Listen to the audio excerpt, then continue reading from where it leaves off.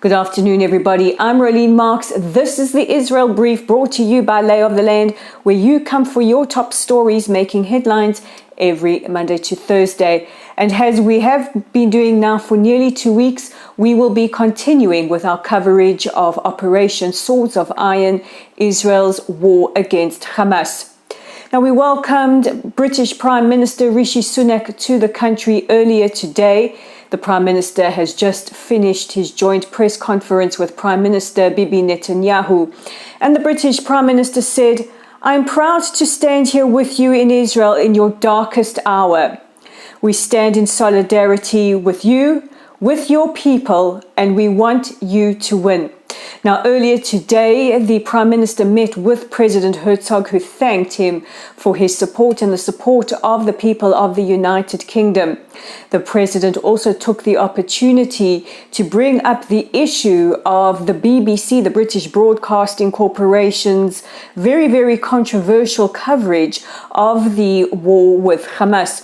The BBC have been loath to label Hamas a terror organization, which has led to much criticism, not just in the House of Commons and House of Parliament, but also amongst the British public.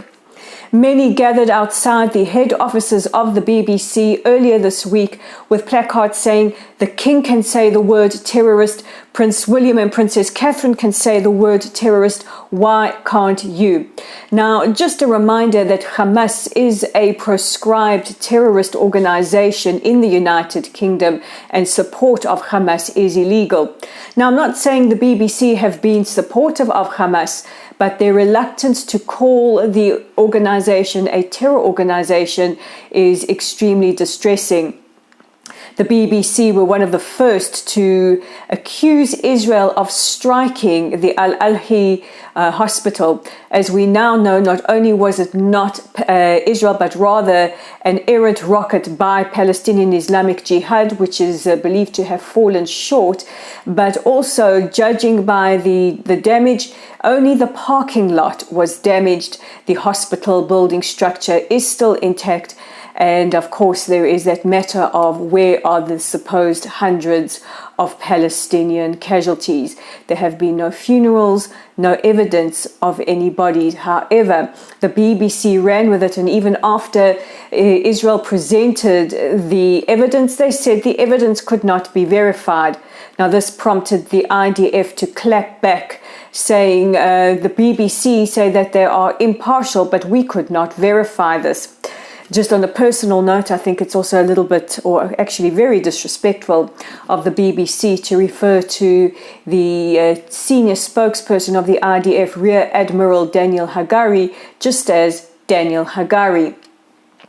President Herzog also addressed the issue of the BBC in an exclusive interview with the UK's Daily Mail, saying that the coverage was atrocious, and what more proof do the BBC need to call Hamas a terror organization? Do they need more beheadings, more scalps, more murder, and more rape? Now, the Prime Minister, Rishi Sunak, also met with families who are waiting for word of their loved ones who have been taken hostage by the terrorist organization Hamas. There are at least 30 Brits counted amongst those who were murdered or taken hostage by Hamas. In his comments at the press conference, Prime Minister Netanyahu thanked the Prime Minister and the British people for standing by Israel, and said, "Like you fought against the forces of darkness in World War II, we are fighting the forces of evil." A clash between good and evil seems to be the rhetoric that the Israeli government are adopting, and I think we can all agree, having seen the carnage and the savagery unleashed by Hamas, not just on the Israeli people, but on their own citizens as well, we can see that this really is the battle between good and evil. In more heartbreaking news, Rear Admiral Hagari in today's press conference, confirmed that the IDF had notified at least the families of 203 being held hostage. This number is expected to climb. It is also heartbreaking to notify you that young Noya, whose image was shared by J.K. Rowling, a young autistic Israeli girl just 12 years old and a huge Harry Potter fan, believed to have been taken hostage with her grandmother Carmela. The bodies of Noya and Carmela have been found. They were both killed. We also heard from Zaka, the organization responsible for the recovery of remains following any kind of disaster as well as terror attacks. They found the bodies of 2 more Israelis yesterday, confirmed to be a father and his daughter who suffered from multiple sclerosis and cerebral palsy and was dependent on a wheelchair as well. May their memories be eternally blessed. After a 15-hour lull, rockets have been fired towards Israel into our southern cities, Ashkelon and Ashdod, and towards the south as well. Yesterday, rockets continue to be fired towards central Israel. Now, many of you have been asking, especially in the wake of President Biden's solidarity visit yesterday, what is the situation with humanitarian aid to the Palestinians? Well, the following was agreed in Israel's war cabinet yesterday.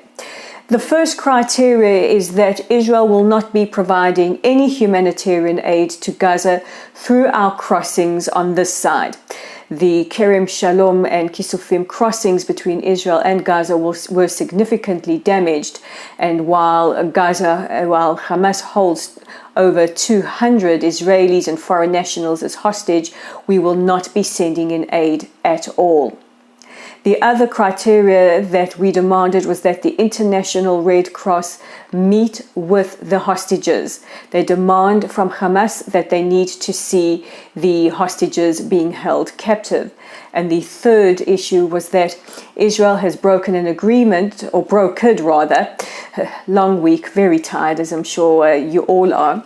Israel has brokered an agreement with Egypt that we will allow in food, fuel and medicine only for humanitarian reasons. Israel has asked the Egyptians if we can inspect goods going into the Gaza Strip so that they do not fall into the hands of Hamas. This is a huge area of concern. So as far as humanitarian aid is concerned, aid will go through the Rafah crossing on Egypt's side of the border with Gaza. And also just a reminder that while Scotland has said they are prepared to take in Palestinian refugees, Jordan and Egypt have said absolutely not. Now, turning to issues on the West Bank, Israeli security forces have arrested over 500 Palestinians, over 330 of those believed to have been affiliated with Hamas. A short while ago, Israeli security forces were engaged in heavy clashes in the Palestinian town of Tulkarem. And speaking of clashes, during the night, more mortar shells and anti-tank missiles have been fired at Israeli positions on the northern border with Lebanon. Israel has returned fire, striking Hezbollah targets, and the defense minister has said to the Lebanese, do not open another front. Don't destroy what remains of, don't let Hezbollah destroy what remains of your country. So a very strong warning going out to Lebanon not to open on another front. Now, in the aftermath of the world media running away with the hospital story without verifying facts, it has been made public that pro-Palestinian supporters burnt down a synagogue in Tunisia, including the sacred Torah scrolls. This follows widespread riots across the region. Israeli embassies have had to be evacuated. And just earlier today, Secretary of State Antony Blinken said that any U.S. embassy fearing for its safety may remove the American flag. So to all those media outlets that ran away with the lie and propagated the Hamas propaganda without verifying and fact-checking, you've played right into the hands of Hamas, igniting the region, creating more and more hate, and placing Jewish communities around the world in extreme danger. So that brings me to the end of today's broadcast and the end of broadcast for the week. Don't forget to join me again on Monday as I bring you more editions of the Israel Brief. In the meantime, please check out our website at www.layoftheland.online. That's layoftheland.online. Our Facebook page is at Lottel's site. Join us, like us, follow us, share our content. I mean, you guys are pros. I don't even know why I tell you that, because I know you guys are pros. Our YouTube channel is at the Israel Brief. If you like us, and we hope that many of you do, please click on that subscribe button and share our content. Let's help get news from Israel out to the world, especially right now when we are in a battle not only for Israel's survival and safety, but also against misinformation. You can hear those beeps. Those beeps are notifications of incoming rockets. And of course, our Twitter page at layoftheland5. I'm Rolene Marks, signing off for the weekend. I wish you all a peaceful weekend. Shabbat Shalom. Stay safe wherever you are.